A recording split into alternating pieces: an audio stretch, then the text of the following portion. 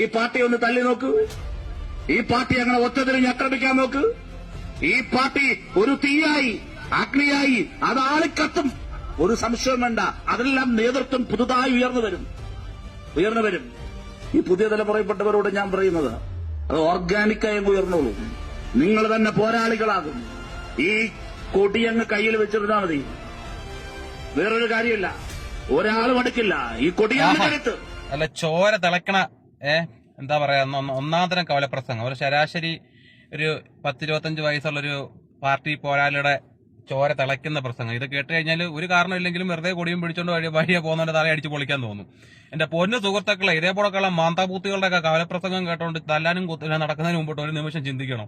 നിങ്ങൾ ചിന്തിക്കണം, ഇവന്റെയൊക്കെ കുടുംബത്തുള്ള, ഇവന്റെയൊക്കെ മക്കളോ ഇവന്റെയൊക്കെ കുടുംബത്തിലുള്ള സഹോദരങ്ങൾ ആരെങ്കിലും ഈ കൊടിയും പിടിച്ചോണ്ട് ആരെങ്കിലും തല്ലാനും വെട്ടാനും കൂത്താനും നടക്കുന്നുണ്ടെന്നൊന്ന് ചിന്തിക്കണം. അവരൊക്കെ വല്ല വിദേശ രാജ്യങ്ങളിലും നല്ല ജോലിയിലും അല്ലെങ്കിൽ നല്ല വിദ്യാഭ്യാസത്തിലും അടിസ്ഥാനപരമായിട്ട് സാമ്പത്തികമായിട്ടെല്ലാം ഇവരുടെ കുടുംബം എല്ലാം മുൻപന്തിയിലും ആയിരിക്കും. നീ കുറെ മന്ദബൂത്തികളുടെ അടിമകളാണ് ഇതും കേട്ടോണ്ട് പാർട്ടിക്ക് വേണ്ടി തല്ലാനും വെട്ടാനും കൂത്താനും നടക്കണം. എന്ത് പ്രയോജനം?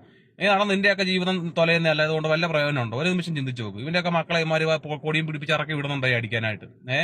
കുറെ കേസിലും പ്രതിയാകാം, കുറെ ശത്രുക്കളെ ഉണ്ടാക്കാൻ ജീവിതം തരും. 10-35 വയസ്സാകുമ്പോൾ ഒരു ജീവിതത്തിന്റെ ഒരു ഘട്ടത്തിൽ എത്തുമ്പോൾ നിനക്കൊക്കെ മനസ്സിലാവും ഇതിന്റെ പുറകെ നടന്നുകൊണ്ട് ഒരു കാര്യമില്ലായിരുന്നു.